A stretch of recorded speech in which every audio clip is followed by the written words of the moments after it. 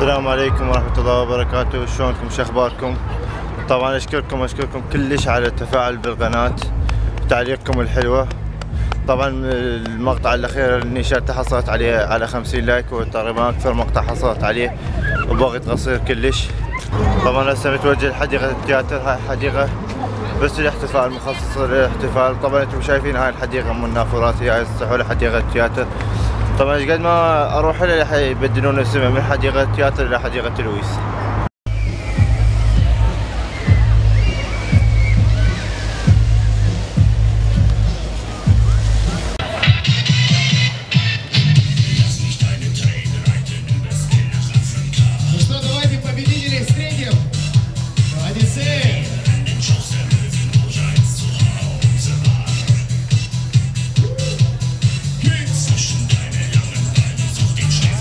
Честно, ребята все молодцы, я не мог ни за кого не болеть, я болел за всех абсолютно реально.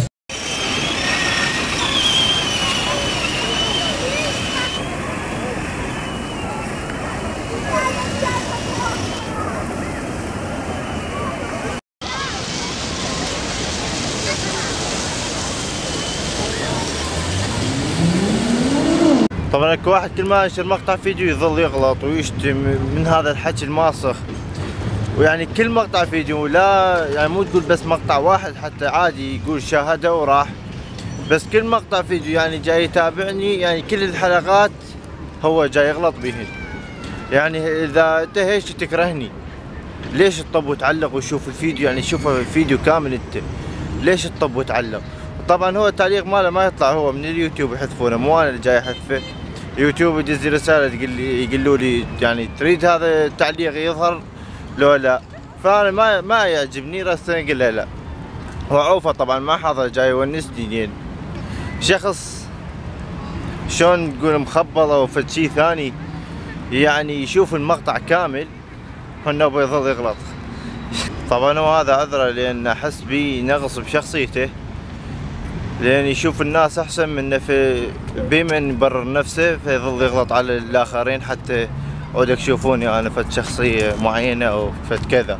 بالنسبه لي انا اذا اكره شخص، والحمد لله والشكر ما اكره اي واحد، وانا احاول اخلي الناس اكثر عدد من الناس يحبوني، بس بالنسبه لي اذا اكره شخص واحد فاظل ما اتابعه. هسه مثلا عبود بن الدور، عبود بن الدور شفت له مقطع واحد او مقطعين ما عجبني، ظليت يعني حتى بعد ما اشاهده، لين شخص ما عنده شخصيه ويسوي روحته انوثي مؤدشين هذن، يعني يسوي روحته مخنث، فهذا الشخص ظليت ما اطيقه، يعني لا ظليت اتابعه ولا شيء.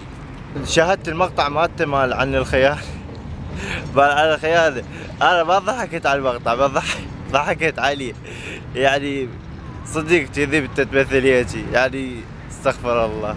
من شفت المقطع مالته طبعا ما لا بي يعني دور حلو ولا شيء، بس ظليت اضحك عليه وعلى الفهاوة اللي شايله هو وعلى البنات الاثنين الخالهن.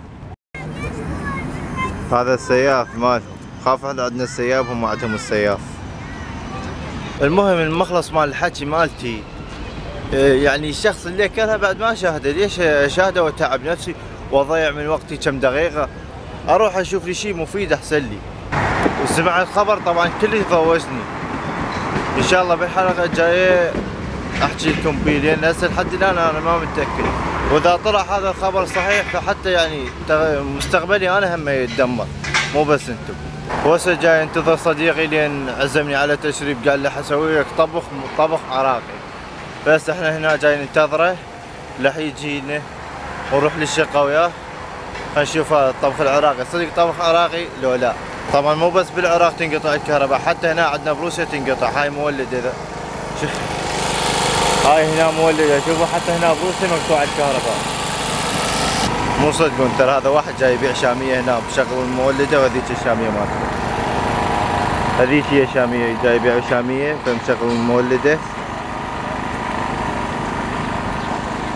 فهذا خطاي جاي يبيع شامية ومشغل المولدة، ما عباكم انقطع الكهرباء. صار لي ساعة جاي انتظر صديقي هنا بحديقة تياتر، قلت له ها وين صرت؟ قال لي والله بعدني. قلت له شو جاي اسوي؟ قال لي جاي ارتب. ادري جاي تقابل حبيبتك؟ هو انا. هالقصيدة انا مشهور حتى ما حد يقابلني الا واحد يعدل لي وما ادري شنو يلا يقابلني. هم انا المعزوم وهم انا اروح اشتري الخبز. والله يا الله يلا شو اسوي هسه نروح السوبر ماركت نشتري الخبز بلكي نلقى عندهم خبز هذول لان اعتقد ما عندهم لان يبيعون بس صمونه هاي السوبر ماركت.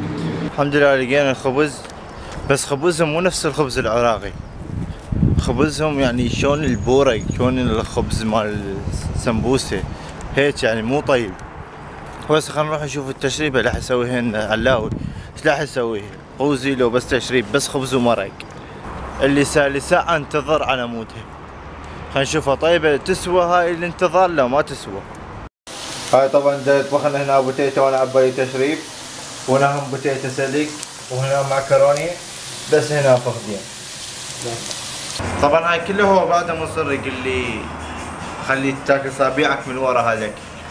خلينا نشوف ناكل صابيع. الحمد لله والشكر واخيرا كليت التشريب العراقي وهسه رايح للسكن. هسه الساعة 11.